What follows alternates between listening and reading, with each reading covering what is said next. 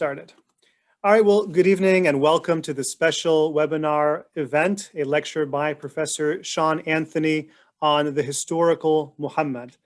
My name is Muhammad Hassan Khalil, and I'm the director of the Muslim Studies program at Michigan State University.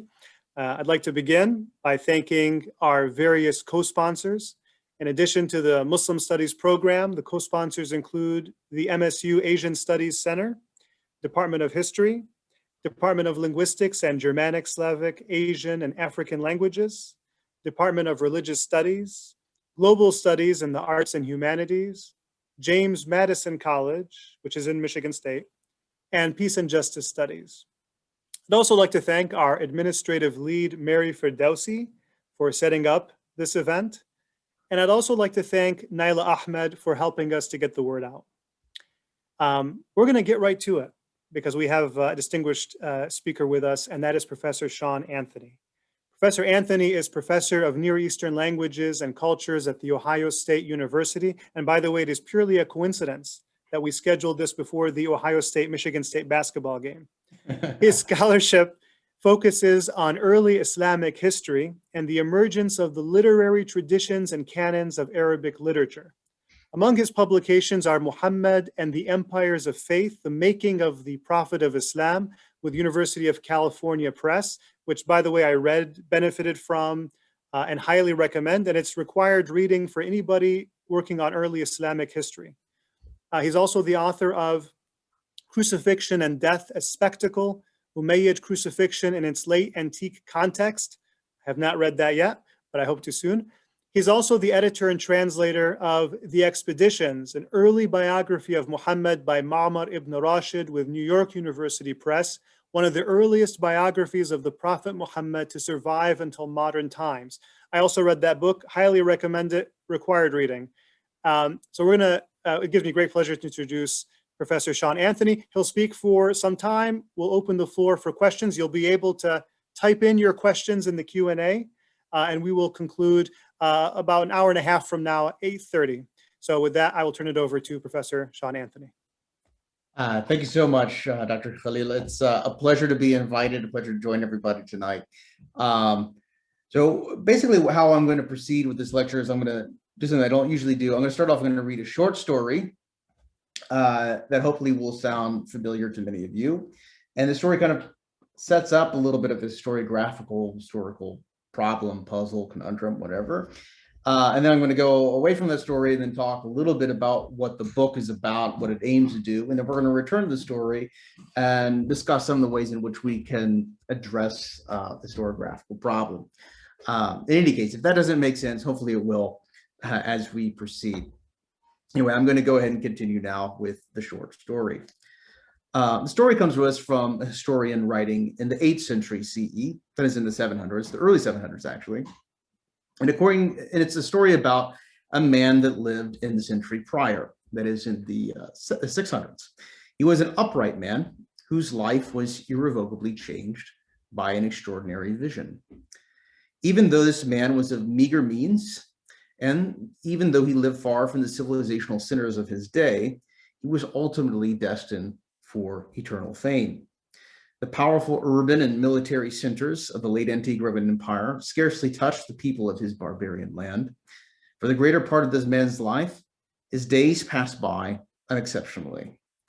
He was well regarded among his people, and his people were accustomed to entrusting him with various chores and tasks like the care of their animals. Yet being a meek and unlearned man, he was also by no means a prominent leader among them. However, one night, his life irrevocably changed. Having withdrawn into solitude, away from the noise and bustle of the village, he entered into quiet contemplation. Yet this was no ordinary evening. That night, there appeared to the man an angelic visitor of formidable countenance, who demanded that he proclaim to his people the glory of God and the majesty of his creation. Since he lacked learning and spoke a barbarian tongue, he at first refused to heed the angelic visitor's demands. How could he? He was unlearned. But the heavenly visitor insisted even more forcefully, and when at last the man acquiesced to the heavenly charge, he awoke from his state transformed. As though by some miracle, he now possessed the ability to fulfill his otherworldly visitor's charge.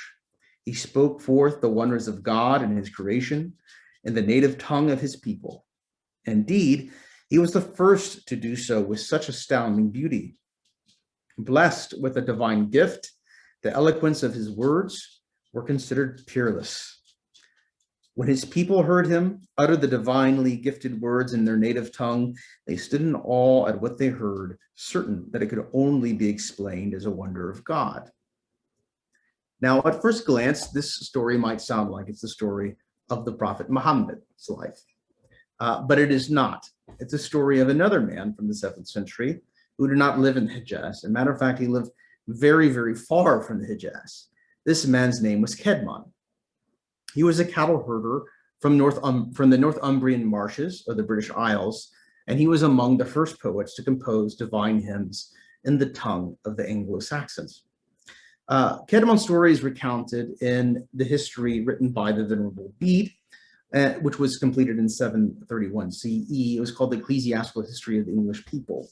And one of the reasons why I tell the story tonight is because it poses an interesting historical quandary. Why is Kedman's story so very familiar, and why is it so similar to the early story of the Prophet Muhammad's prophetic call? So these are the sorts of questions, these are sort of the problems that historians, particularly historians that are working in a comparative frame, encounter on a frequent basis. This is just a particularly interesting example because we know that the story is the earliest version of the story of the call of the Prophet Muhammad to prophecy and outside on the outskirts of Mecca, and the story of Kedman's call in the British Isles were composed at relatively the same time, right? The question is, how do they relate to one another, things like that. But in any case, these sorts of problems are the types of problems that one encounters all the time when working with literary historical sources, especially when working with historical sources about holy figures, kind of religious men, prophets, etc. And it's a challenge for historians to know exactly how to work with this kind of material. In any case, we're going to return to that story, and I'll talk about some of my approaches I have to kind of solving that problem, some of the different solutions that have been offered. But first off, I would like to kind of discuss what the book that you see on the screen is intended to do and what its main aim. So one of the main aims is, by the way, I discussed that story in detail in one of the final chapters of the book. What the book is really aimed at doing is to try to put current kind of historical approaches to writing about the life of the Prophet Muhammad on a new footing, hopefully a surer footing that responds to some of the older historiographical trends that, in my view, have sort of outlived their time. Now, I'm going to give you a little bit of an example of what those historiographical trends are like. The person that I like to beat up the most on in this, and usually lectures like this, is a truly great historian, a French Orientalist by the name of Maxime Robinson. He wrote a very readable, very popular biography of the Prophet Muhammad, which he published in French in 1968. It was subsequently translated into English, I think, within a matter of years. You can buy it relatively easily on Amazon even now. But Robinson says something I think that's very striking in the beginning of this book, and something that when I was a student and someone that was aspiring to be a historian at the period found a little bit depressing, to be perfectly honest. What he says is, in quotes here, he says, "My book does not propose to bring new facts about the subject. None have been discovered for a long time, and it is unlikely that any will be. Our source material has not grown appreciably, and critical analysis has not advanced since the two remarkable works of William, I don't know his name, W. Montgomery Watts, famous Scottish Orientalist that wrote the Muhammad Prophet and the Statesman." That, for one of the reasons why that's depressing is, if you want to be a historian or whatever, is the idea there's nothing new to find, right? I think that Maxime Robinson was dead wrong. And I think that the irony is that Maxime Robinson is writing this at the end of the 60s, And what happens in the very next decades is we get some of the most kind of extraordinary discoveries that will be relevant to the study of the life of the Prophet Muhammad in the following decades, at least up into our time, I still believe. It's a kind of pessimistic view that there's nothing out there to find. There's nothing really for historians to do. Kind of we know what we know type of view of what we can do in terms of the historical approaches to writing the life of about the life and times of the Prophet Muhammad.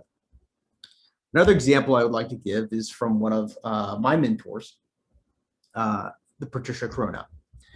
And this is a excerpt from a book that she wrote in the early 80s, in which she characterizes the sources that we have about the life of the Prophet Muhammad. She in particular singles out one scholar in particular who is, I think, indisputably still our most important source for the life of the Prophet Muhammad, and that is an individual by the name Muhammad ibn Ishaq. He is the writer of the most influential and one of the earliest lives of the Prophet Muhammad. His work is a magisterial one. It's very large. It's relatively comprehensive. But in any case, one of the problems that he poses is that he's often seen as being our only window into the life of Muhammad. So he's considered to be a type of bottleneck. The Quran is, of course, a potential source for the life of the Prophet Muhammad, but it is not a text that has narratives like you would find in the Gospels or like you would find in, say, the Book of Kings in the Old Testament or something like that. It's something much more closer to the Psalms, even though it has much more than what the Psalms has on offer as well. In any case, the way that she poses the problem for historians early on is that, well, I'll quote her words. She says, because of Ibn Ishaq's success, that is the success of his work, she says, Ibn Ishaq is practically our only source for the life of Muhammad, preserved within the Islamic tradition. And here's the problems that she points out. She says, the work is late, written by, not by a grandchild, but a great-grandchild of the Prophet's generation. It gives us the view for which classical Islam settled, and written by a member of the ulama, the scholars who had by then emerged as the classical bearers of the Islamic tradition. The picture which it offers is also one-sided. How the Umayyad caliphs, that is the caliphs that ruled prior to Ibn Ishaq's patrons, the Abbasids, remember their prophet, we shall never know. That is unhistorical is only what one would expect, but it has an extraordinary capacity to resist internal criticism, a feature unparalleled in either, and she gives other examples from other founders of religions, and particularly the Gospels, but characteristics of the entire Islamic tradition, the most pronounced in the Quran. One can take the picture presented by Ibn Ishaq, that is, or one can leave it, but one cannot work with it. So it's a bottleneck that we have no hope of really finding out any more information about it. So this is a famous statement. It's a very pessimistic statement. I think it had a negative effect on the field in general. It led to a scarcity of a lot of work on this time period for multiple reasons. But one of the reasons why I mention it directly is not only because I respect Corona quite a bit, but also because she changes her mind towards the latter part of her life. When she's writing in 2008, instead of having a very pessimistic view of the historical Muhammad and what we as historians can do to study his life and his times, she puts forward this view. She says, in the case of Muhammad, Muslim literary sources for his life only begin around 750 to 800 CE. I would put him a bit earlier, but we won't split hairs here. Some 4 to 5 generations after his death, and few Islamicists these days assume them to be straightforward historical accounts. For all that, and this is the optimistic part, for all that, we probably know more about Muhammad than we do about Jesus, let alone Moses or the Buddha, and we certainly have the potential to know a great deal more. So one of the reasons why I like to launch this is to ask the question and kind of bring you along with me is, what is it that changed Patricia's mind? What is it that changed kind of the field's mind? And it's also one of the reasons why I kind of like this little comment of hers as well, is because she was a consummate comparativist. She was always comparing kind of the problems and the puzzles that face kind of historians of the Islamic world in the early Islamic period to the problems and puzzles that face historians working with in different periods and with different sources, with different languages and things like that. And if you think about, for example, the massive amount of literature that we have on the historical Jesus and how it's really unending and still a steady stream, and you compare it to the very small corpus of material, at least in the Western Academy, that's being written on the historical Muhammad, and you get an idea of kind of the imbalance, right? So it seems to me, as an outsider, when I look at the historical Jesus material, I was like, well, hasn't most everything been done? And when I look at the historical Muhammad material, I kind of bemoan that so little has been done. Okay, in any case, what is it that changed her mind? So first and foremost, one of the things that has changed from Maxime Robinson's time and from the time which Patricia wrote her Slaves on Horses has been we've had a kind of a radical new assessment and re-auditing of the sources that we have for the life of Muhammad that are from within a century of his death in 632, and really from with his own century, 7th century. I'm not going to be discussing those a lot today, but I wanted to give you 2 examples to give you an idea of what these sources look like and what some of them are. This is one of my favorite ones. And one of the reasons why is because it's just a very simple example of the sorts of kind of material sources, material evidence that we encounter, and how material evidence often overlaps with textual evidence as well. So what you're looking at here is the earliest known artifact to mention the name of the Prophet Muhammad. We don't have any earlier attestation to his name than this artifact right here. What it is, I know it looks like a piece of bubble gum chewed up and then spread flat on a table and things like that with some scribbles on it. But what it actually is it's a fly sheet. If you don't know what a fly sheet is, a fly sheet is like this part of a book. When you open up a book and it has this blank page here, okay, this is a fly sheet of a well, not of a Bible, but of 2 Gospels.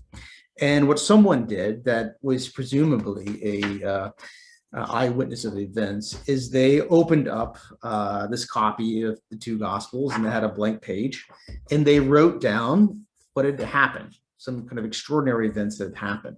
And because it's part of the front of the book, and you get this with a lot of manuscripts and codices, the first pages tend to be the first one to be damaged.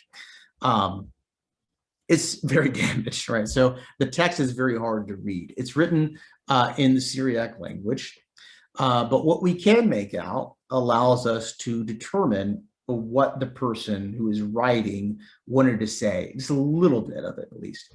And again, if we look at the text, and I'm not going to read it in detail, I discuss it more in my book if you want to see it. But if we look at it, we can see that the name Muhammad is mentioned twice in the Syriac language. You can see here you have these red arrows here, the 2 kind of main instances where the name Muhammad is mentioned. And this is actually written after his death. So it's probably written around 637, 638, something like that. It's written less than a decade after his death, for sure. And it's written by an eyewitness or someone that was contemporary with the Battle of Yarmouk. If you've never heard of the Battle of Yarmouk, it's the main decisive battle between the kind of forces of the Islamic conquest coming out of Arabia and the Eastern Roman forces. It's kind of basically the decisive battle that led to the fall of Palestine and Syria to the early Islamic conquest. And we even have it being dated here to a date that corresponds with one of the dates that we get in the early Islamic historiographical tradition. So we have 2 mentions of the name Muhammad here, as we said before. This is what really interests us the most. And we had mention of battles related to kind of the conquest, but we really don't have much else. One of the things that's fascinating about this text is that we get a text that shows us that someone knew the name Muhammad. The name Muhammad was kind of in the air. It doesn't show any idea that he was a prophet, that he came with some revelation or anything like that. But he is associated with a group called the Tayoye here, which is the Syriac word for the Arabs. So we have a guy whose name was Muhammad, and he's somehow associated with folks that are regarded as Arabs or Arabians. It might sound like a very kind of insignificant two pieces of information, but the fact that this is so early makes it extraordinarily important, because it lets us know, for one, that people that were contemporaries of the Prophet Muhammad did hear about him and did know that he was existing. So it gives us some kind of measure of his importance at the time. But two, it gives us a sense that their knowledge of who Muhammad was and what the conquests were about that happened after his death, etc., were probably pretty imperfect. Right? But it is a very important early piece of evidence for kind of his existence. I just wanted to give one more example, and then we'll kind of move on to the other thing that I think has changed in the field. This is written by a bishop of the city of Edessa, named Jacob. He's writing in Syria. And we have a lot of material that's written by Jacob of Edessa. A lot of his letters. He wrote also a very short kind of chronological table, which we see an excerpt of here. And he knows a lot about Muslims. He knows a lot about the early conquerors. He doesn't always let on in the surviving writings of what he does know. He knows about Muslim beliefs. He knows all sorts of things. I wish it's one of the people that you wish you could kind of sit him down and ask him what he did know. But one of the things that's significant about him is he's writing long before our earliest stories about the Prophet Muhammad are being written down in the Arabic language. And so, for example, we get little statements about the Prophet Muhammad in his writings. For example, he says, Muhammad in such and such year, this is before 614, I cut out the years to use a different calendar, before the year 614, Muhammad goes down on business to the land of Palestine and the lands of the Arabians and the Phoenicians and the Tyrians, and there was a heavenly eclipse. So it's a really interesting anecdote about the Prophet Muhammad and about him trading. And then right after that, we have the Persian invasion of Palestine in 614. And so we know that it was probably referring to events in 614. In any case, we have people that were writing the Syriac language that know about the Prophet Muhammad, within, decades of his death, and they know small details about his life, like, for example, that he was a trader.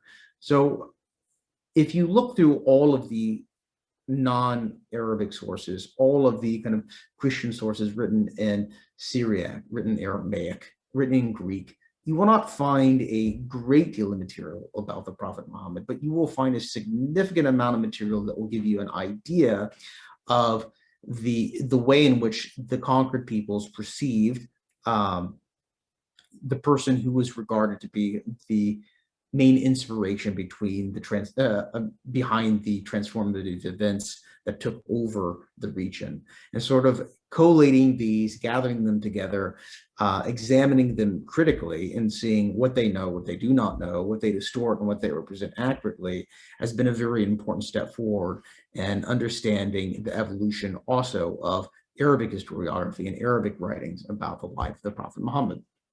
The second major transformation after kind of a reevaluation of non-Muslim sources about the life of the Prophet Muhammad has been something that happened in the 70s, but really took quite a long time to make its influence known.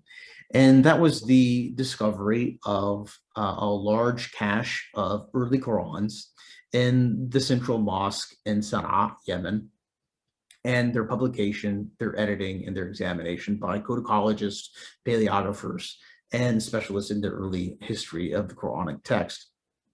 It took a very long time for a lot of these conclusions to come to light, because, to be perfectly honest, the field in the 70s did not have enough experts and did not really have the level of expertise required to analyze these documents in a sufficiently rigorous and careful way.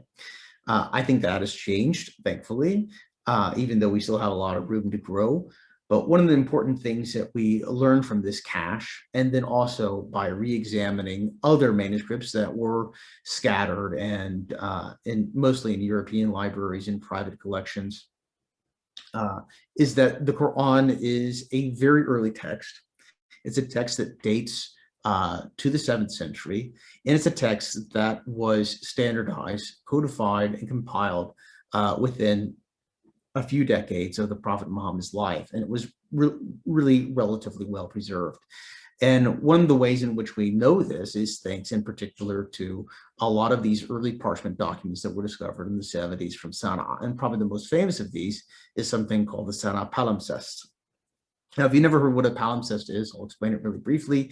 The two images that you see in front of you are actually two images of the same page. A palimpsest is a work that has multiple layers of text on it. You can have many layers in some palimpsests. Here, luckily, at least for the person who's doing the editing, you only have 2 layers. You have an under layer, which was erased, and then you have an upper layer, which was written on top of. And over time, that under layer, which was erased, often inks will have things like iron in it that oxidize and become more visible. But really, the key thing that you can do is you can kind of pop it with UV light, and you can kind of make the undertext that was erased kind of come up. And so what you're looking at when you look on the right side of the screen is if you look at the light text under the dark text, that is the undertext that a really careful reader can decipher. This is probably our oldest window into what the text of the Quran looked like in the 7th century. These texts have been radiocarbon dated and things like that. We have a very good kind of sense of when these texts were written down, approximately, is for this century. And what we find is that the Quranic text is early, and it's an important text for understanding Islamic religiosity and the religiosity of Muhammad and his followers at its most kind of primeval early moment. And the historians neglect it at their peril. I think this is one of the things that was particularly influential on Patricia, because she had this shift where she began to look at the Quran as one of the most important sources for understanding the historical Muhammad and also the origins of Islam, which may seem a little bit surprising when you think of, of course, if the Quran is from the Prophet Muhammad, of course, it's one of the first things you look at. But for a long time, there was a skeptical view that was gaining foothold in the field that postulated that parts of the Quran could be very late. They could date from, over 100 years after the Prophet Muhammad's lifetime, or did not date to his lifetime, and things like that. And so using kind of modern methods of paleography, codicology, radiocarbon dating, etc., we more or less have put that thesis to bed. And now we know that we do have in the Quran a very kind of early document. Okay, so what my book is essentially trying to do is take into account some of these transformations that I mentioned before, a transformational understanding of what early 7th century sources, mostly from outside the Arab historiographical tradition, have to say, understanding of the Quran as an early document of early Islamic religiosity and the religiosity of the Prophet Muhammad as early followers, and to kind of give the Sirah literature a second look and ask questions such as, is Ibn Ishaq really the bottleneck that he was thought to be for many decades in the field? And the answer that I essentially come up with is that Ibn Ishaq is by no means a bottleneck, and that we actually have access to much earlier materials than Ibn Ishaq, and we actually have availability of a wider range of historiographical materials from the Arabic tradition. And much of the book is dedicated to saying how we know that, and then also proposing certain methods that we can use to survey this material, know it better, and kind of evaluate its historicity, understand how it evolved, etc. So one of the people that really kind of helped me think through this was someone that I felt kind of her work had fallen a little bit into neglect, and that is Navia Abbott. She is kind of a major figure at the Orient Institute at the University of Chicago, where I got my PhD. You heard Mohammed and I's conversation earlier. Pardon me, Dr. Khalil and I's conversation. And she died in 1981, so before really skepticism set in. But if you go through her works, what she was most famous for is for a series of monographs on early papyri of all sorts of different types. But one volume in particular was dedicated to papyri on historical sources.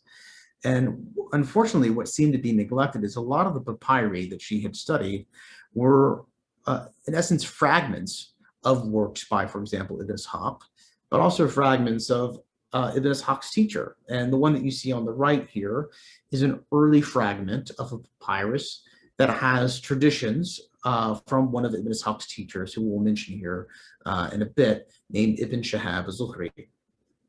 And so looking at these materials, I began to take a step back and try to think seriously about how we can think about how the Sirah literature, that is how the literature is dedicated to telling the life story of the Prophet Muhammad, his lifetime, and also that of his followers, how we can take that literature seriously in terms of understanding how it evolved, how it came to take the shape that it does today, and how many different versions of his life story we have, and all sorts of things like that. Okay, so in any case, let's dive in a little bit deeper. Okay, let's start with Ibn Ishaq. So Ibn Ishaq, depending on how much you know before kind of coming into this lecture, is considered to be one of the most important biographers of the Prophet Muhammad, writing a book called Kitab al-Maghazi in Arabic, or the Expeditions, but it's more popularly known as Sirah Nabawiyya, or the Prophetic Biography. And it's known under that title because a later redactor by the name of Ibn Hisham gave it that title. And most people think that we only know about Ibn Ishaq's work through a later redactor. So a lot of times you'll hear something said that, oh, if only we had Ibn Ishaq's earlier work, maybe there's all sorts of things that Ibn Hisham left out that we don't know. That's actually a pretty widespread canard. We know Ibn Ishaq's work from a wide array of sources, not just Ibn Hisham. And I kind of list them here up on this map. Ibn Ishaq traveled pretty widely during his lifetime. When he was a young man, he traveled to Alexandria. When he's a bit older and more advanced in his career, sometime around the Abbasid Revolution, which happens in 750, he has to leave Medina because he has a bit of a controversy that hits him there.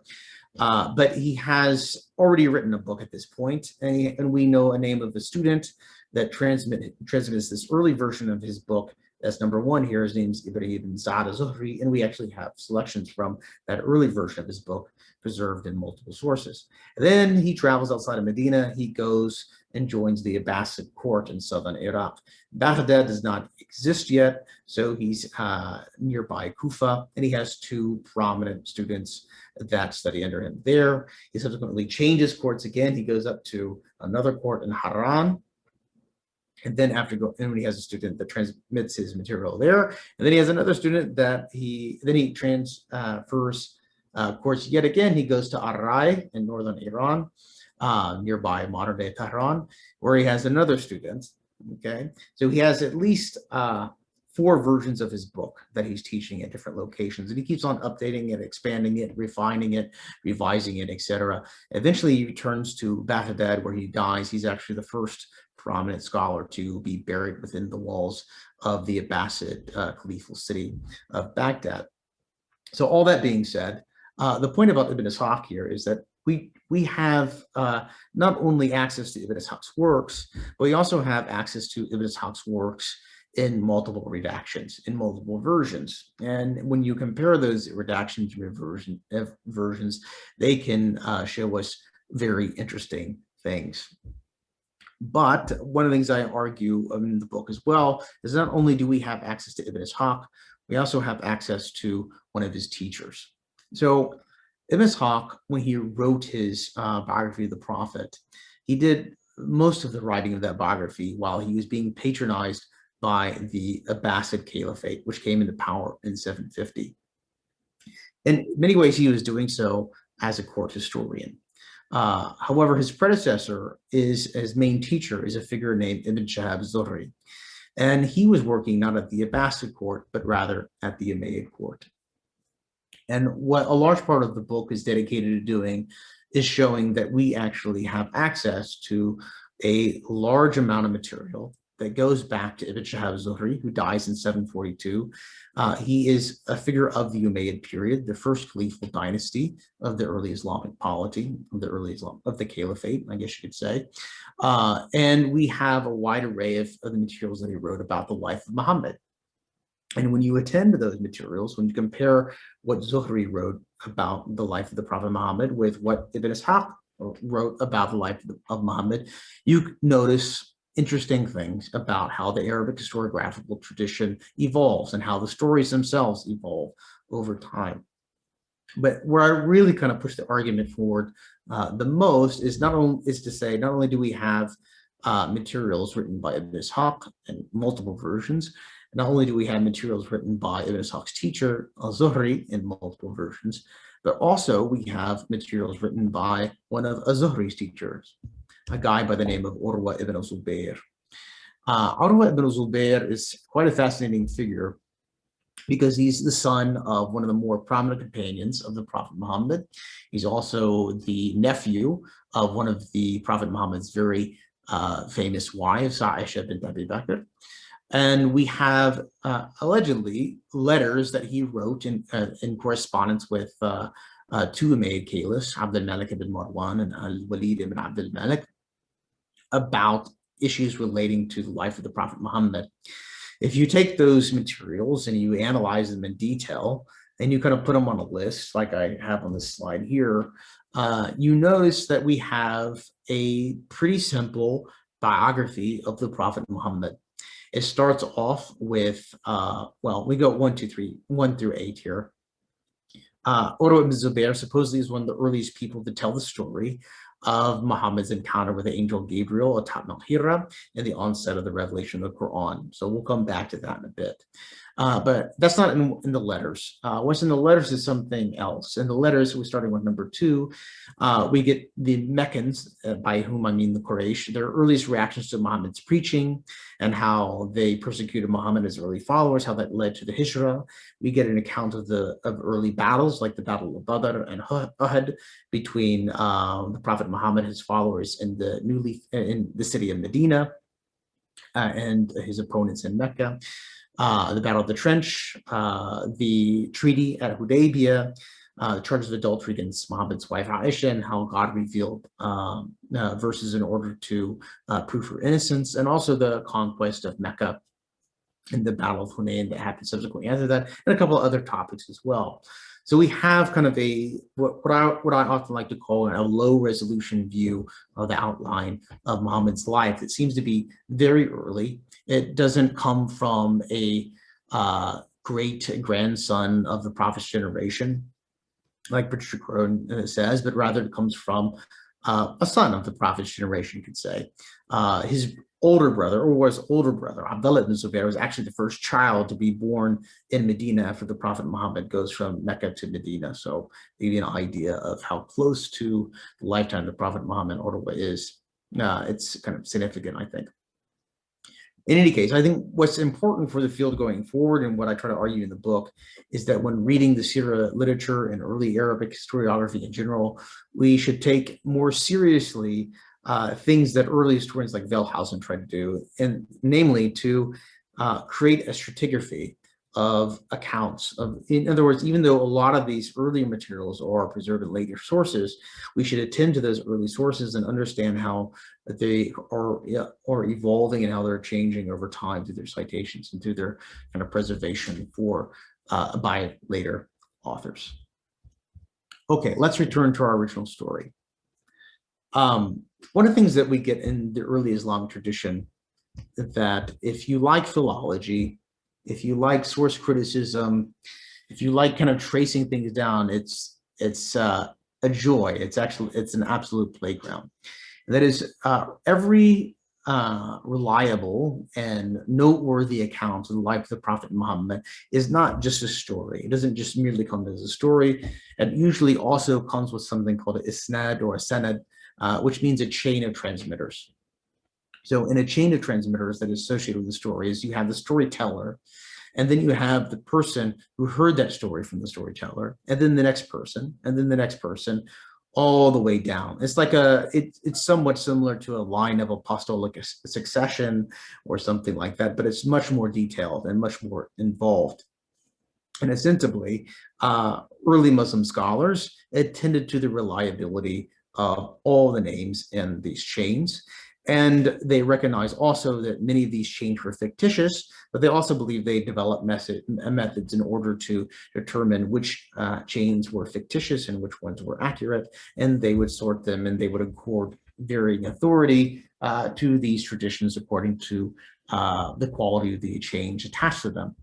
One thing that's nice about these chains is that modern historians can essentially map them out like you see here. And we get these kind of beautiful trees that, if we believe every single kind of claim in these chains, tell us where the story is at every moment in its history until eventually it's written down, okay? And so what you start to notice when you look at these chains carefully, and you look at the text of each of these chains, you start to notice patterns. And so, for example, if this is the chain for the story as told by Ibn Shihab az-Zuhri about the Prophet Muhammad's first revelatory experience. If you've never read it before, it's very simple. It sounds very similar to the Kedmon story that I told you before. Essentially, the Prophet Muhammad removes himself from Mecca. He goes to the outskirts of the city, top a mountain. He is essentially, he has a vision of the angel Gabriel in a moment of contemplation. Gabriel commands him to read. He says, I cannot read. He commands him to read again. He says, what shall I read? And then he says, read in the name of your Lord. And then all of a sudden you have the revelation of Surah Al-Alaq. So that's the typical story. Actually has more to it as well. But Zuhri is one of our earliest authorities for it. And our earliest kind of written source for it, or one of them at least, is the Kitab al-Maghazi of Ma'mar ibn Rashid, who's one of the contemporaries of Muhammad ibn Ishaq. Ma'mar ibn Rashid died in 770, but he really takes the story from a Zuhri. He himself says that he heard the story from Zuhri when he was living in Syria and studying under him. And see Zuhri's name down here. And Zuhri tells us where he got it from. He says he heard it from Urwa ibn Zubayr, right? This other guy that we talked about before. And then Urwa tells us where he got the story from. He says he heard it from the Prophet Muhammad's wife, his aunt, Aisha bint Abi Bakr. So Aisha was very young. Well, she wasn't born at the time of the Prophet Muhammad's experience. She was 18 when he passed away. But still, nonetheless, she personally knew the Prophet Muhammad, knew him better than any of us ever will. In any case, if we kind of view the story solely according to kind of the isnad, it's a reliable story. Right? It's a story that's passed on from the Prophet Muhammad's generation to various revered figures that are revealed for not just their knowledge, but also their probity. And then it's eventually written down by scholars that take the pains to do so when it seems like that knowledge is going to pass away. But one of the things that the comparative perspective brings into an analysis of a story like this is it allows us to see that maybe something else is going on beyond what, say, the isnads tell us with these stories.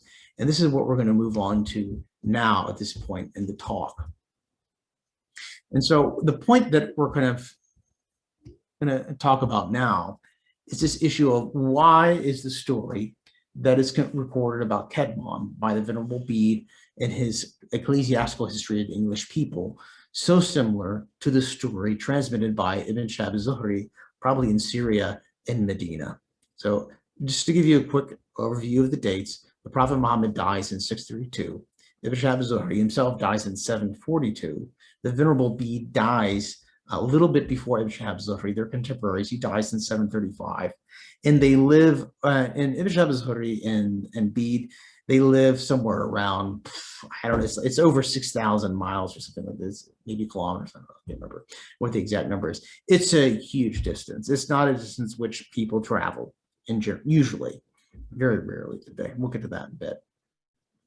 But we have to ask the question of how are these two stories related? How can they possibly resemble each other to such kind of a large degree? So one of the answers that you could just say is that, well, one of the stories influenced the other. So you could say, well, we know that Aisha knew the story. So you could say this theoretically. So maybe someone heard it from Aisha, or someone heard it from Urwa before he died. And eventually it made its way all the way from Medina to the marshes of Northumbria. The problem is that there's absolutely no evidence that that is remotely possible from what we know about trade and exchange of knowledge at this time period. So to give you a quick example, so Bede writes quite a sizable corpus. We have a lot of things that are written by him. We have generally, I think, a pretty good impression of his knowledge of the world, his experience of the world. And we do know that he knows, for example, about the Islamic conquest. But to even say that, we need to kind of step back a bit.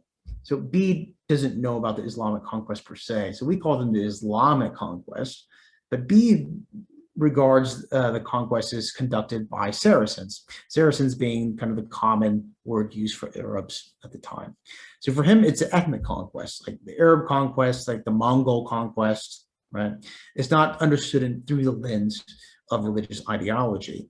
And there's really no hint in the writings of Bede that, one, he knew who the Prophet Muhammad was, two, that he knew what the religion of Islam was, and three, that he knew that Saracens had a distinct religion at all, okay?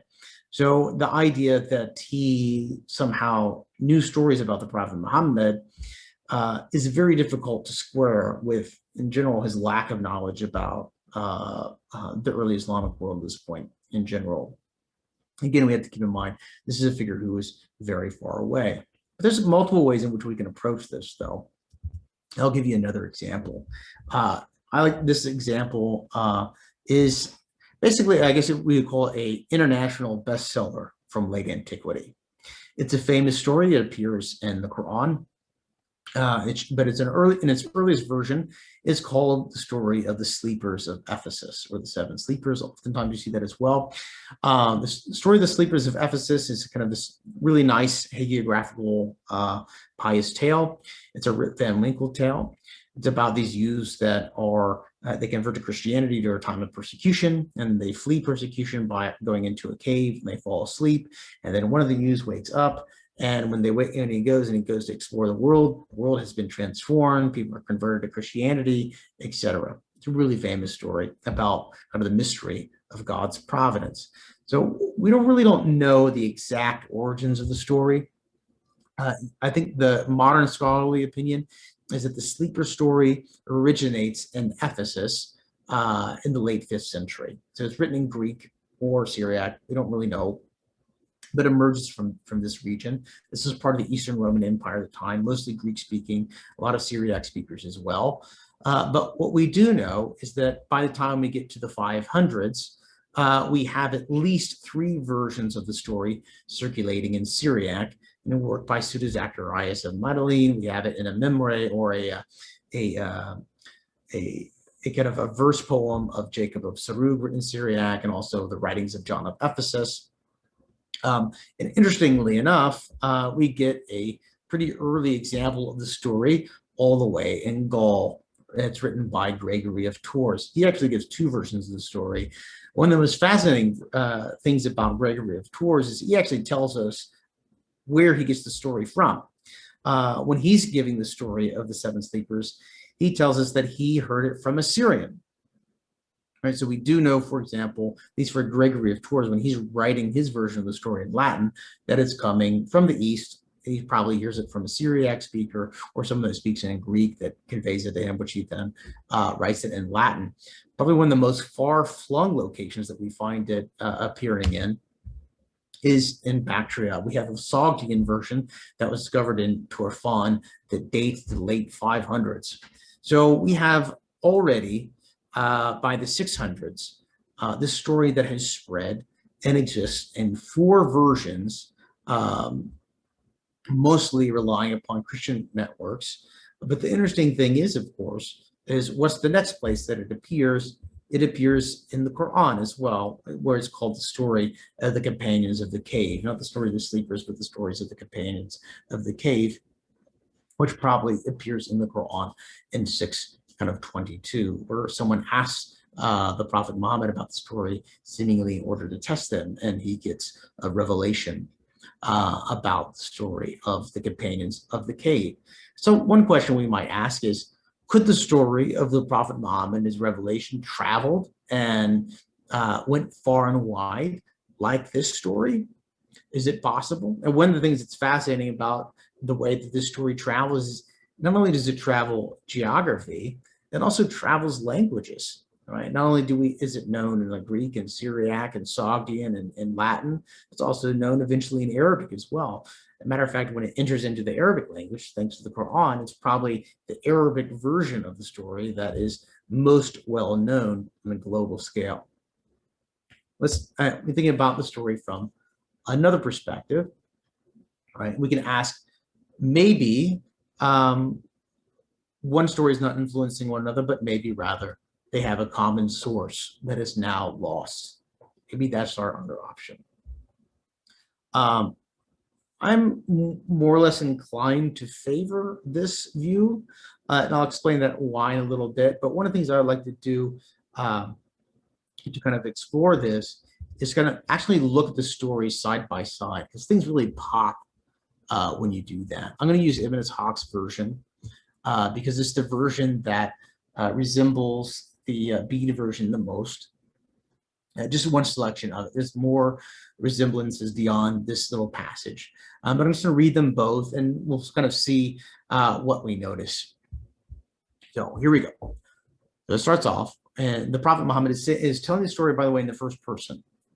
He says, he came to me, that is, Gabriel came to me while I was asleep, with a sheet of silk brocade with writing thereon, and said, read, iqra. I said, I cannot read, ma'aqra'u. But he pressed against me until I thought I would die. And then he released me and said, read. So I said, what shall I read? Mada aqra'u. Right? But I only said this to be delivered, lest he once again do to me what he did before. He said, read in the name of your Lord who did create humanity from coagulate. Read, for your Lord is magnanimous, who through the use of the calamus has taught humanity that of which it was oblivious, right? So this is the 96th surah of the Quran. And then the Prophet Muhammad picks up his self-narrative again. He says, I read it, and then he ceased and withdrew from me. I awoke from my sleep, and it was if he had inscribed a scripture upon my heart. Right? In any case, when we get to the Latin version, we see a lot of similarities, also some differences. For one, it's told in the third person. Right? In due time, Kedmon stretched himself out and went to sleep, whereupon he dreamt that someone stood by him, saluted him, and called him by name. Kedmon, he said, sing to me something. So here, instead of saying read, the command is sing. Right? Kedmon answered, I cannot sing. That is, I don't know how. Once again, the speaker said, nevertheless, you must sing to me. And then he answers again back, what shall I sing? Sing, he said, of the beginning of creation. It's interesting that we have creation in both versions too. At which answer he began to sing in praise of God, the creator, verses he had not heard before. And when he awoke, he remembered all that he had sung while asleep, and soon added more verses in the same manner, praising God in fitting style. At the end we have, so there's a lot of interesting things that we have here, right? So it's not just, so we have differences, like I said before. One is a command to read, one is a command to sing. But also we have this shared structure that's very interesting. So we have one command, read, and then the response is, I cannot. Sing, I cannot. And we have the command again, read, and then instead of saying, I cannot, it's what? What shall I read? And in the Kedman version, of course, it's what shall I sing? And then we get number 3, read, and then it gives this the composition, the divine composition, and then the same thing happens in the Kedman story.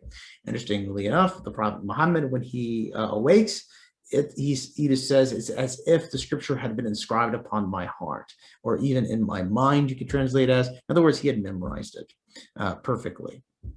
And Kedman says the same thing. When he awoke, he remembered all that he had sung. So that's a lot of structural parallel. for them to be sharing. And a lot of earlier folks that have looked at this material, they said, well, there's actually something they might share in common that's a little bit obvious. And the answer to that is the Bible. So one of the most famous examples of this kind of correspondence that's been pointed out is Isaiah 46. It starts off, this of course written in Hebrew, but the Bible is well known at this point in the vernacular of many languages, including kind of Greek, Coptic, Syriac, Latin, of course, etc. It starts off, a voice rings out, proclaim, and then the word proclaim here is the same root as we have qara'a in Arabic. Another asks, what shall I proclaim? Or literally, what shall I read? You can even say, and then it gives what should be proclaimed. That's really the end of the parallel. And one of the things why I think it's a compelling example of what might be behind the narrative, I don't think it's a definitive answer. And one of the reasons why I think that is because appealing to Isaiah doesn't explain the shared structure. It's not just the kind of biblical language that is interesting here, but it's also kind of the shared structure. That's fascinating. Okay, so how do we explain this? Well, I'll get to this in a second, but I think how we can explain this is to understand what's going on in kind of narratives of holy people at this time, a time period that historians like to call late antiquity. As in essence, at this time, we have a very popular kind of genre of discourse about holy men, holy women, and other kind of persons given kind of divine gifts, called hagiography. It's a massively popular genre.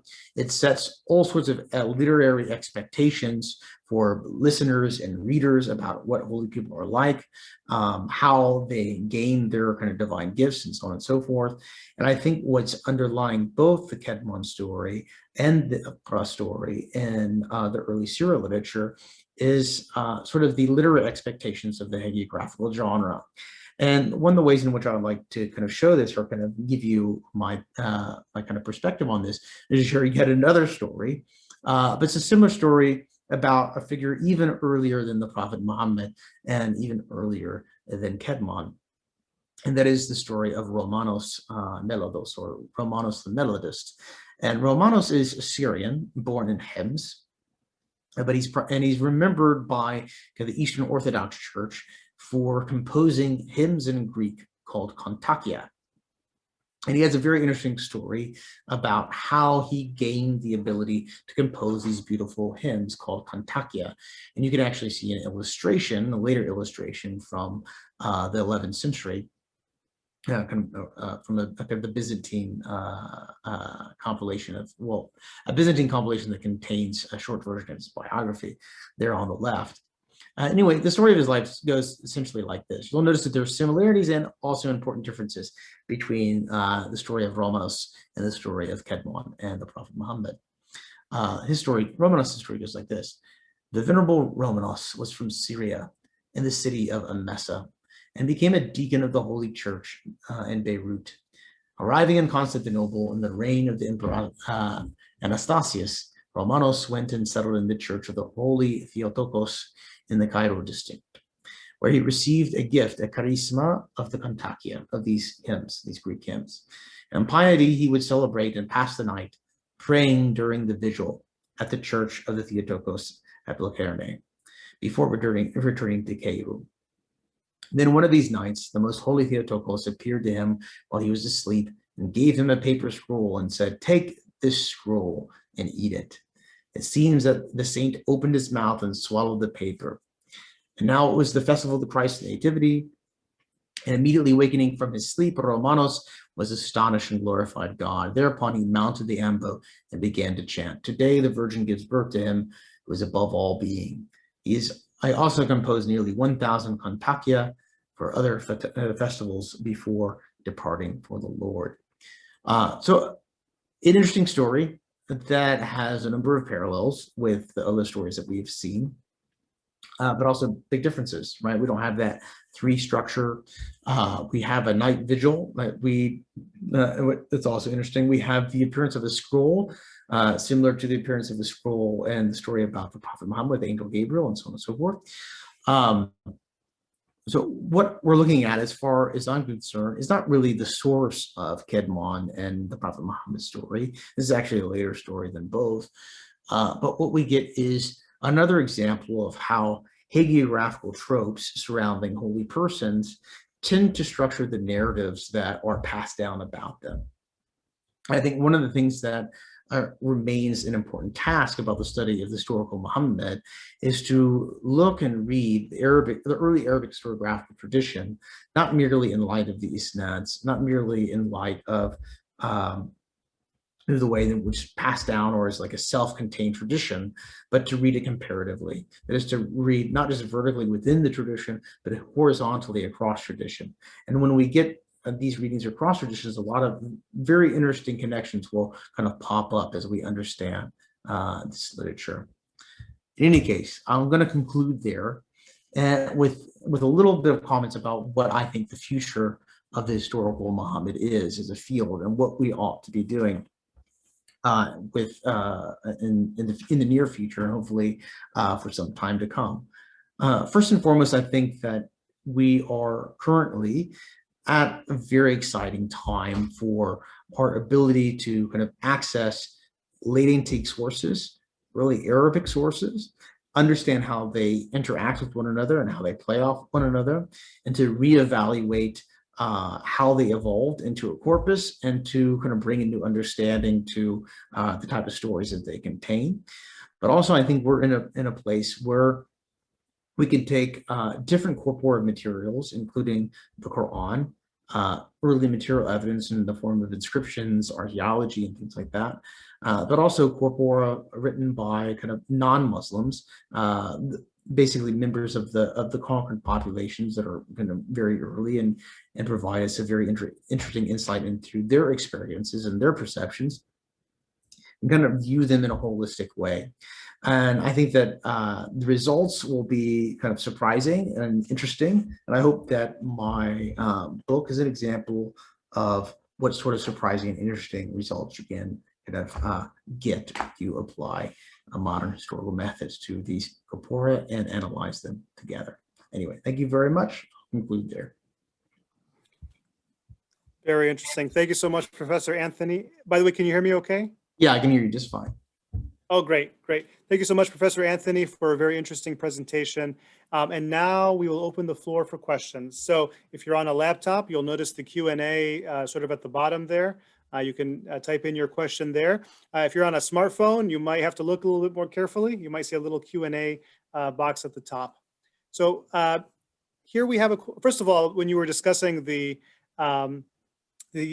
skepticism or the grim view of Maxime Rodenson and Patricia Corona, somebody just commented, I also found that depressing when entering Islamic studies in 1998, but fortunately the scope of data has broadened. So I just thought that was an interesting comment.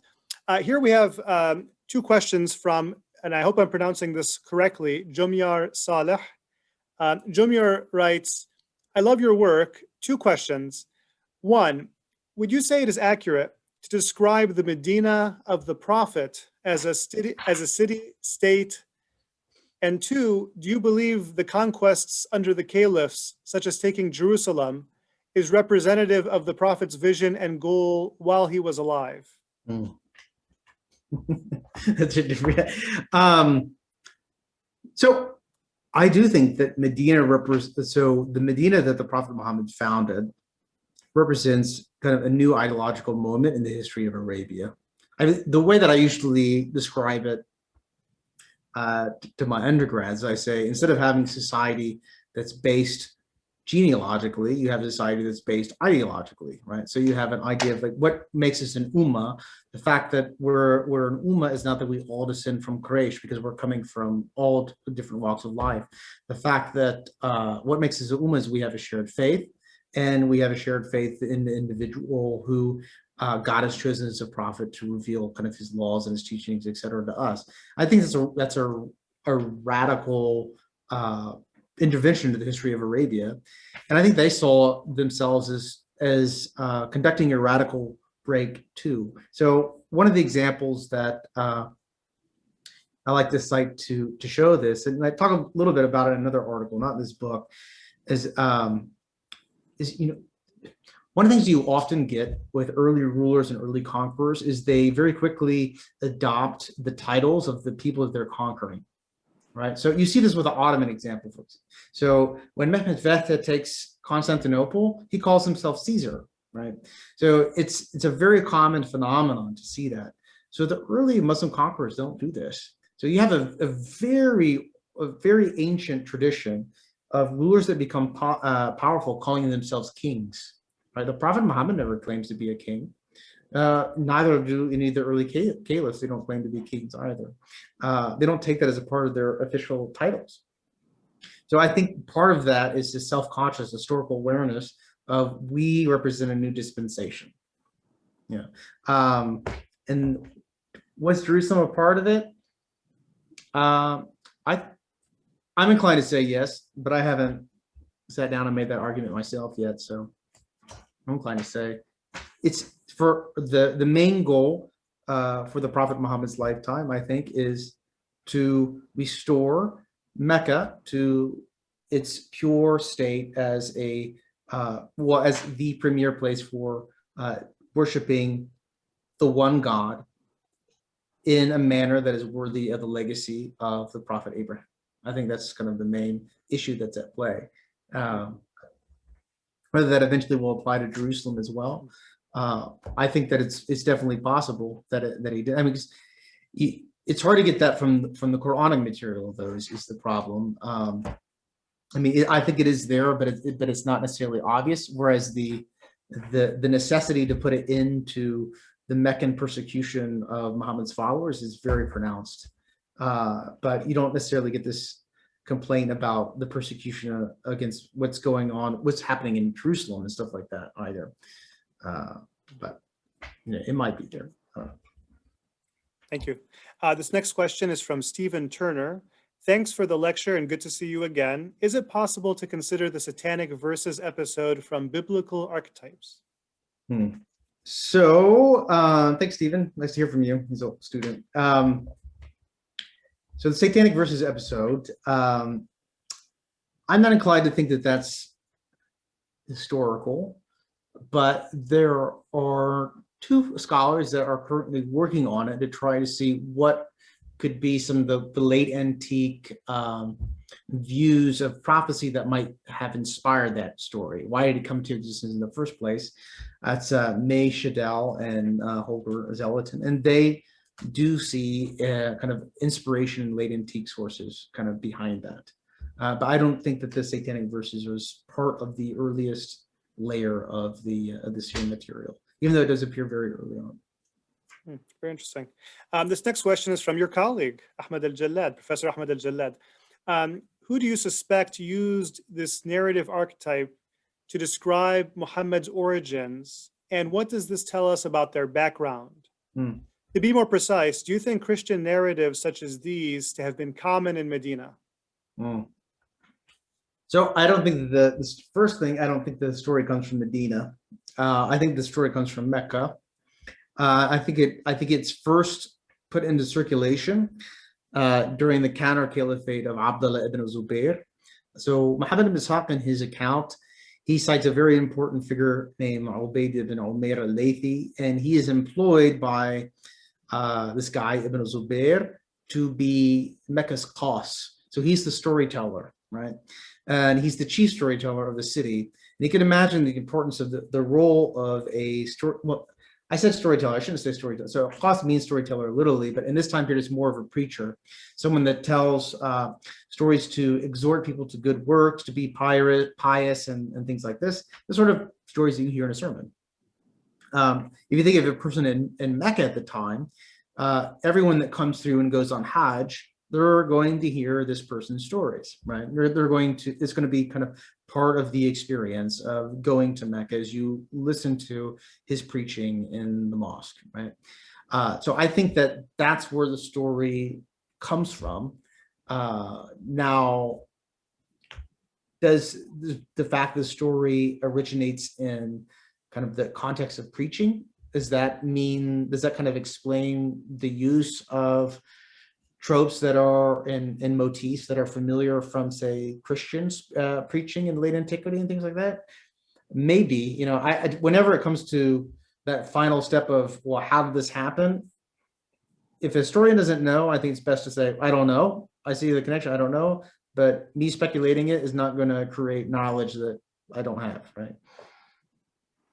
Thank you for that. Next, we have a question from Rajan Al-Bikadi. Again, I'm hoping I'm pronouncing this correctly.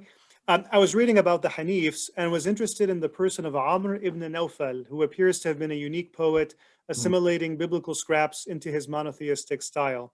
Could it be possible that consulting Waraqa ibn Nawfal was actually not the consulting of a Waraqa, but the writings, papers of Amr ibn Nawfal? That's interesting. So there's a lot of this Hanif material. So for those who don't know, there's a whole movement of folks that are called the Hanafa or the Hanifs, and they kind of represent in the Sira literature. They're figures from the Sira literature. So we don't know if they're historical. They're figures from the Sira literature. I consider them a little bit like the Magi that visit Jesus in the Nativity story, right? They're figures that like are kind of precursors, and whether or not they're actually historical or not is difficult to say. There's a lot of these figures, and there's a lot of poetry that is attributed to them. And one of the things that you have to understand about the Sira literature is that it was meant to be recited at court, and it was meant to be competitive at the level of high culture. It's supposed to compete for the attention of the elite, and so it has to match tete-a-tete with the other kind of literary rivals that it has at court, like whether these stories of Persian kings, of Alexander, things like that. So this genre tended to compose not just stories that we get in like the Hadith literature, but it also included a lot of poetry. And the poetry was a part of the pleasure of listening to the story. I guess it'd be a little bit like when you're watching a musical, right? Where the story's going on, all of a sudden people bust in the music. It's the same thing. You're reading the story, all of a sudden people bust in the poetry, right? And so the question is this poetry authentic? And two, when you look at the poetry, does it look like it's older than the Quran? Does it look like it's dependent upon the Quran? I would say you go over a case-by-case basis. So I'd have to have the poem in front of me to make a specific judgment. But I can say that a lot of the poetry that I personally looked at that is like this, that is attributed to the Hanifs, not only is it later, but it plagiarizes the Quran very freely. And so I think it's ideologically and stylistically very dependent upon the Quran. And it's using a form of Arabic poetry called the Qasida Ode that is not really well attested around Mecca and things like that. Very interesting. This next question is from an undergraduate student. Garrett Maxwell writes, I'm an aspiring scholar of early Islam myself, still an undergrad though. So what languages are you most grateful you learned, and which ones you wish you were well versed in, aside from Arabic, of course? Yeah. First and foremost, Arabic, gotta know Arabic. You gotta know Arabic, love Arabic. So Syriac I find very useful. You know, the one that I wish I would have done a lot more of is Greek. I mean, I wish I had access to a lot more Greek material. Greek is a very difficult language, and I hope to one day be like far better at Greek. But you know, I would say Syriac and Arabic, but there's a lot of things you can get as well. I would say just be opportunistic. There's never been a language that I studied that I regretted studying. You know, Armenian is a great source to learn as well. Coptic is a great source.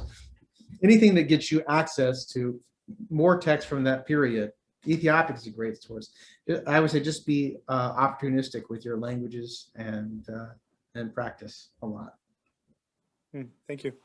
This next question goes back to that ISNAD chart that you showed, so maybe you could clarify something here. Dr. Talat Mahmoud writes, thank you for a fascinating lecture. My question is the thousands of hadiths, some that make sense and some that don't, are we to assume that they are all accurate? Your graph of the ISNAD seems to suggest that they are all accurate. I'm assuming that's not what you meant, so maybe you could clarify this. So for one, so there's a lot of things to be said about isnads, right? So the hadith corpus is vast. It's very large, and there was a kind of a massive effort to kind of sift through all of this kind of corpus in the 9th century, 10th centuries, and beyond by Muslim scholars, and they leave behind to us an apparatus that is truly impressive, and one that is still very useful today, and one that is still the foundation for kind of Muslim analysis of hadith today, is still going on. And many of these folks are far more skilled than I at handling this corpus. So one thing I would say is, never underestimate kind of the scholarly chops that goes into the study of hadith and its verification stuff, even with kind of the traditional methods or whatever. A lot of times you hear discussed in a very dismissive manner. I think that's not correct. The thing that I am more interested in is what can like my comparative approach kind of expanding kind of the text that we read and the text that we're comparing to one another. What can I add to that is basically what I'm saying. But I mean, hadith literature is probabilistic, like all historical methods, right? If you ask any hadith scholar worth his salt, they'll tell you that it's a probabilistic science, right? It's something that you have varying degrees of certainty about. And yeah, I mean, there's a lot that could be said about hadith. Thank you. By the way, we received a couple of questions about, whether the lecture will be recorded. Yes, it is being recorded. And following, assuming if Professor Anthony approves, we'll post it on the Michigan State University Muslim Studies Program YouTube page. We have a couple of questions from Farhad Hudusi, basically going back to the story of the Iqra narrative, where we see parallels. I'm kind of summarizing the questions.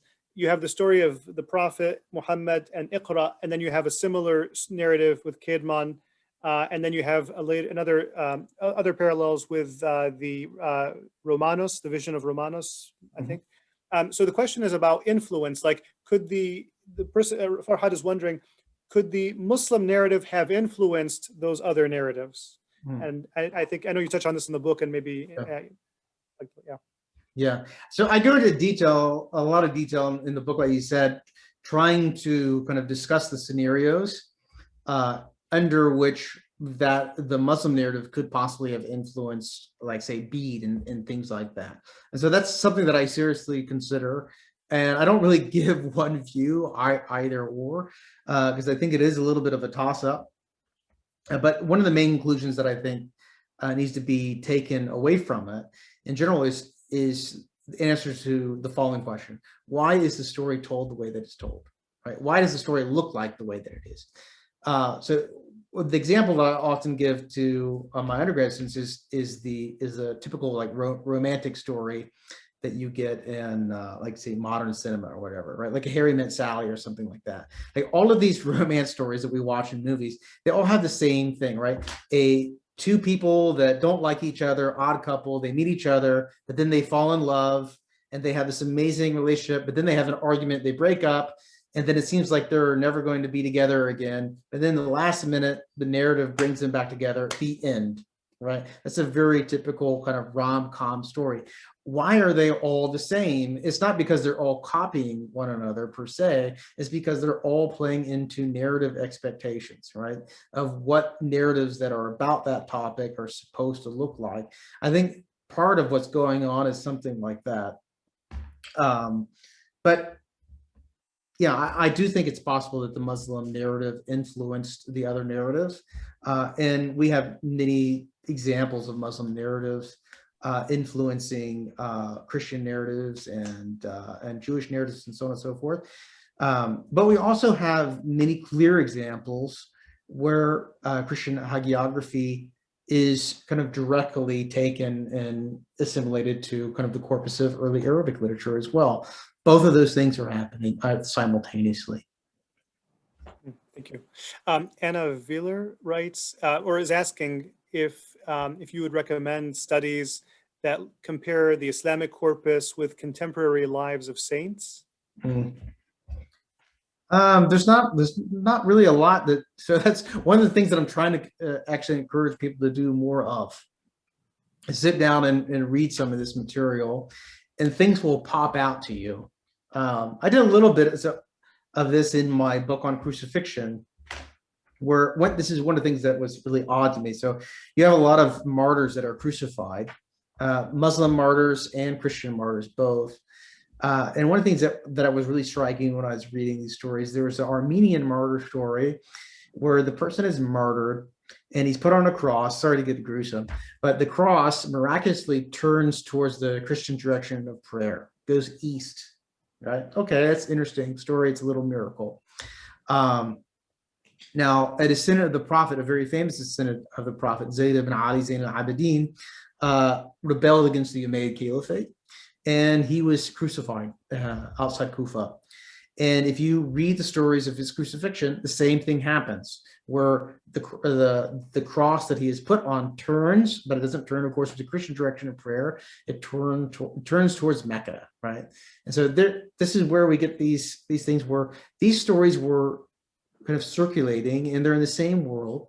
And Arabic, one thing you have to understand about the Arabic language in particular is the Arabic language is like a sponge, right? It is like this amazing language that just absorbs all of these old world cultures and all these old world stories. It happens very on in Arabic prose, whether you're talking about Kalila wa Dimna, whether you're talking about the early epistolary novels attributed falsely to Aristotle and Alexander, where you're talking about Persian literature. I mean, you can go on and on and on about all these instances in which Arabic language in particular does this, the Arabic literature does this. So there's tons of exchange going on, and there's a lot of examples to be found. Thank you. Next, we have a question from Ika Draya. Ika notes that on Twitter, there are many undated inscriptions that mention the name Muhammad found in the Hijaz region. And the question is, is it possible to arrive at some kind of dating to date these inscriptions? Yeah. So the way that you do that is you have to rely upon a method called paleography.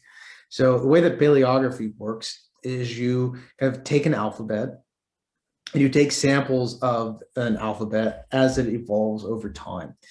And you can more or less determine with very varying degrees of certainty when something dates from based upon little features of letter shapes and things like that.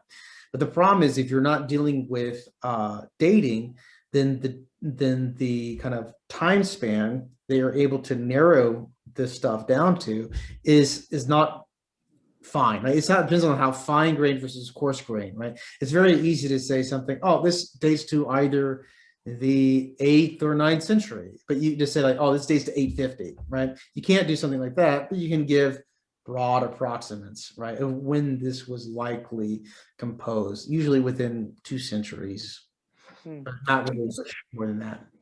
And just out of curiosity, what is the earliest inscription with the name Muhammad? I just out of curiosity. So I think that probably the earliest one that is dated with certainty. I can't remember what I said it was in the book, but I still think it might be the Dome of the Rock. I still think it might be.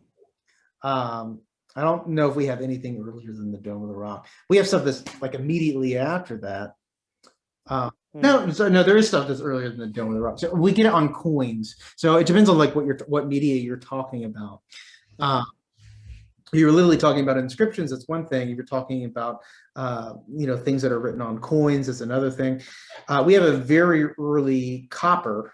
So a copper coin did not circulate empire wide, but only circulated locally, that has the name Muhammad on it. It seems to be much earlier than the famous coins that say Muhammad, the messenger of God, but it's probably not Muhammad Rasulullah that they're talking about. Rather, it's probably Muhammad, the local governor. So it's probably not the right Muhammad or whatever. But the name Muhammad is attested even pre-Islamically. Very interesting. By the way, just a comment here from Sahara Abu Bakr. I admire the respectful and objective way you've presented the historical prophet, which was not the case in some lectures I've attended. Thank you so much. Okay, this next question goes back to the hadith discussion. This is Bilal Tahir. Classical Muslim scholars classified hadith into different categories, such as authentic and suspect, based on a biographical assessment of the narrators. What is your view on their approach to hadith, and do you deem it to be scientific? I know it's a loaded question. Yeah. So I definitely, so, what it means, scientific is like, this is blah, blah, blah. It's very, like, I don't think it's like scientific, like radiocarbon dating or something like that. Or it's not scientific in the same way as like the engineering that took us to Mars was, but it's definitely rigorous, and it definitely has a method that has results that you can measure, right? I think one of the things about I guess I'd say is a general view of the Hadith corpus is that it's kind of the product of an explosion, and then you have a critical apparatus that's developed in response to the explosion in this corpus. So you can imagine what happens well, I'll give just a quick breakdown. So in the 700s, you have a proliferation of Hadith that is very numerous, and many Muslim scholars begin to recognize we have a problem. A lot of these Hadith, we know they're fake, yet we think that some of these Hadith are real. So how are we going to filter them out? And so you have this filtration process that mostly begins to transpire in the 800s. And so the question is, was that filtration process, one, too late when the damage was already done? Two, was it successful 100%? Or three, was it partially successful? This is a question that Muslim scholars are still revisiting today, right? And one of the questions is, what are the type of methods that you're going to apply to answer those questions? Are you going to only apply Rijal criticism, which is the more traditional method of applying, or do you bring in extra methods? And can you develop new methods? And I think in general, it depends upon the scholar that you're asking how he or she will answer that. Thank you.